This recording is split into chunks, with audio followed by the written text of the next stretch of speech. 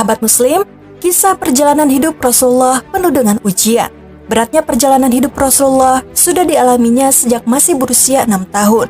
Beliau SAW harus rela ditinggalkan oleh ibunda tercintanya, Aminah binti Wahab, untuk selama-lamanya.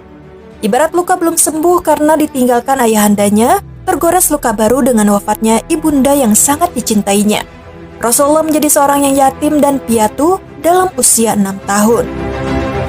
Kemudian Ummu Aiman membawa Rasulullah pulang ke Mekah dan mengantarkan kepada kakeknya Abdul Muthalib. Sejak saat itu Abdul Muthalib merawat Rasulullah. Rasa kasih terhadap sang cucu yang yatim dan piatu semakin bertambah. Sebuah perasaan yang tidak pernah dia tumpahkan terhadap seorang pun dari anak-anaknya.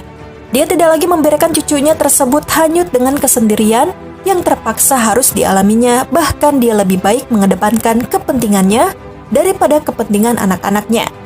Ibnu Hisham berkata, biasanya sudah terhampar permadani yang dihamparkan untuk Abdul Muthalib di bawah naungan Ka'bah. Lalu anak-anaknya duduk-duduk di sekitar permadani tersebut hingga ia datang. Tak seorang pun dari anak-anaknya tersebut yang berani duduk-duduk di situ sebagai rasa hormat terhadapnya. Namun Rasulullah SAW pernah suatu ketika saat beliau berusia 2 tahun datang dan langsung duduk di atas permadani tersebut. Maka paman-pamannya serta-merta mencegahnya agar tidak mendekati tempat itu. Ketika melihat tindakan anak-anaknya itu, Abdul Muthalib berkata kepada mereka, "Jangan kau ganggu cucuku. Demi Allah, sesungguhnya dia nanti akan menjadi orang yang besar." Kemudian ia duduk-duduk bersama beliau di permadani tersebut sembari mengusap-ngusap punggungnya dengan tangannya. Dia merasa senang dengan kelakuan cucunya tersebut.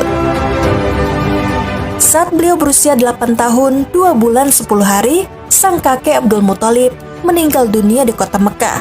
Sebelum meninggal, dia memandang bahwa selayaknya dia menyerahkan tanggung jawab terkait cucunya tersebut kepada paman beliau, Abu Thalib, yaitu saudara kandung ayahanda beliau, SAW. Kemudian Abu Thalib melaksanakan amanah yang diembankan kepadanya untuk mengasuh keponakannya dengan sebaik-baiknya dan menggabungkan beliau dengan anak-anaknya.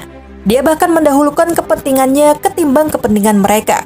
Dia juga mengistimewakannya dengan penghormatan dan penghargaan. Perlakuan tersebut terus berlanjut hingga beliau SAW berusia di atas 40 tahun. Pamannya masih tetap memuliakan beliau, membentangkan perlindungan terhadapnya, menjalin persahabatan ataupun mengorbankan permusuhan dalam rangka membelanya.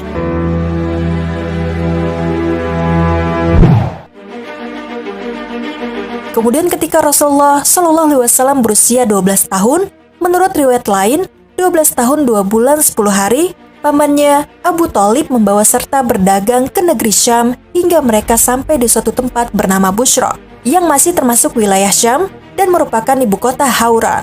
Ketika itu, Syam merupakan ibu kota negeri-negeri Arab yang masih mengadopsi undang-undang Romawi.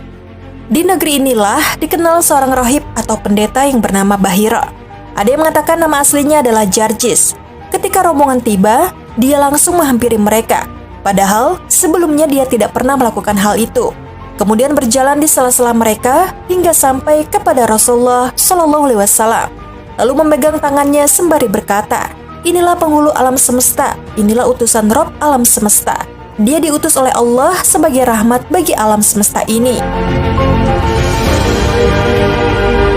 Abu Thalib dan pemuka kaum Quraisy bertanya kepadanya, "Bagaimana Anda tahu hal itu?" Dia menjawab, "Sesungguhnya ketika kalian muncul dan naik dari bebukitan, tidak satupun dari bebatuan ataupun pepohonan, melainkan bersujud terhadapnya. Dan keduanya tidak akan bersujud kecuali terhadap seorang nabi. Sesungguhnya, aku dapat mengetahuinya melalui tanda kenabian yang terletak pada bagian bawah tulang rawan pundaknya, yang berbentuk seperti apel. Sesungguhnya, kami mengetahui hal tersebut dari kitab suci kami." Kemudian sang rohib mempersilahkan mereka dan menjabu mereka secara istimewa. Setelah itu, dia meminta kepada Abu Thalib agar memulangkan keponakannya tersebut ke Mekah dan tidak membawanya serta ke Syam, sebab khawatir bila tertangkap oleh orang-orang Romawi dan Yahudi. Akhirnya, Abu Thalib mengirimnya pulang bersama anaknya ke Mekah.